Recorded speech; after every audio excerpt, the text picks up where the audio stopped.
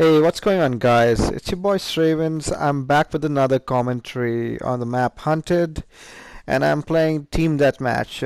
Well, most of you guys who've been following my videos know that I'm really a free-for-all player, and that's really the game type I mostly specialize on. But I do throw in a few TDM gameplays every now and then. I've gotten really well, really a lot better over the years at TDM, and I do get certain gameplays every now and then on this particular game type. Well, I just wanted to take this opportunity to give you guys a rundown on what kind of perks I use, what kind of setup I go with, and just let you guys know, give you a little insight on how I play. So this gameplay is going to be a little defensive, and because this map is super big, and the gun which I'm playing with, which is the M8A7, I believe has been nerfed. I don't think it fires as quick as it did before. I know that they gave it a little uptick before, they increased the fire rate, but I think they brought down the fire rate again with this latest update on the PS4 at least. But anyway, so what perks do I run with? The perks which I usually go for, Sixth Sense, Fast Hands, and Dead Silence. I mean, dead silence for me on this game because you can sound whore a lot is an absolute must. That was the first thing I unlocked when I prestiged because I just I don't think you can go without it on this game. I know there are folks like they're big YouTubers like the Mark of J, for example, doesn't seem to use Dead Silence, but hey man, he's a legendary player. Shout out to Mark of J. He can somehow pull off those gameplays without that perk. But for the average gamer, I would say Dead Silence and Sixth Sense are definite musts because there are people who camp and sound whore in this game, and obviously Sixth Sense will tell you if people are camping around corners, and Dead Silence will at least minimize the kind of sound you make when you're walking around. In terms of my Scorestreaks, if you've noticed my gameplays before, I've almost always run with the UAV Wraith and Cerberus, but these days people are shooting down the rate so quick, and the Cerberus seems to have gone a lot easier to destroy. So I found out the most efficient score streaks right now, or the most bang for your buck, are the Talon and the Raps to go along with the UAV.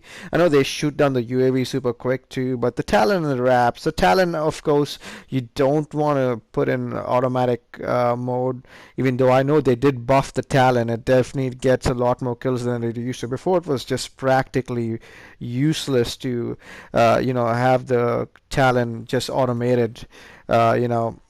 You had to control it to get any sort of kills, but I know it's gotten a lot better, but I still prefer controlling it. It kind of gives you a different sense of a gameplay, a different view of the maps, and I just thought that it'll be nice to just control that, just to give a rough overview of the maps, at least when I'm playing. But those are the streaks which I feel at this point of time give me the most bang for my buck. Like I said, I mean, it's just I've tried other stuff every now and then, and these are the things that I've pretty much settled with. And if you see most of my gameplays going forward from now, you're gonna see a lot of the same streaks. Right now in this gameplay, as you can see, I just step into my Talon. It definitely is a lot. It's gotten a lot easier for me to maneuver because in the past, what I used to do was, I would definitely not take time to control it in the sense that I would just shoot people from afar.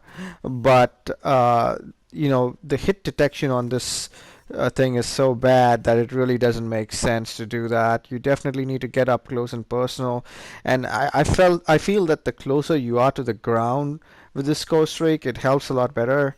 If you come down here, you'll see a nice little shoot through the water which I get there, which shows you like the hit detection is definitely improved tremendously on the score streak.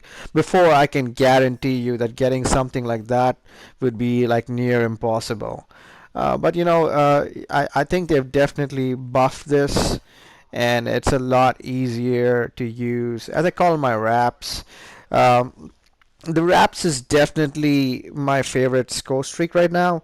It is definitely something which at least gets you between 5 to 10 kills every time you call it in, regardless of the game mode. I mean, obviously certain game modes you get more kills than others, but even in free for all, it's not uncommon for you to get 8 to 10 kills just playing off your wraps. I mean, it can really turn an average gameplay, in my mind, into a great gameplay. Obviously, getting these score streaks in a game type like free for all, where you don't really earn assists, is a lot harder. As I just take a little bit of a bullshit death out there. That was pretty dumb of me to challenge the guy. I don't really know what I was thinking out there, but it was one of those deaths. It is what it is. I guess at this point. But anyway, like I said, the wraps is pretty much efficient on any gameplay. It's really highly recommended. And now look at this cheeky kill here coming up. I noticed this guy out there, and I really timed that to perfection with that shot because it wasn't easy at all. By the way, this character right here, the specialist character Battery, used to be my favorite.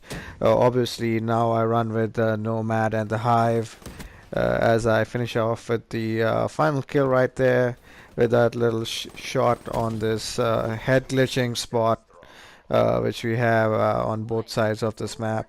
But yeah, the Hive I still think edges out the specialist character from the Battery for me because I don't know, the Nomad and the Hive just works with my game style. I think it's all about figuring out which specialist character works best for you. And for me, like I said, the Battery's a close second, but the Hive, for me, pretty much wins out every time. And that's what I roll with. Anyway, hope you guys enjoyed this gameplay, and I'll see you in another video shortly. See ya.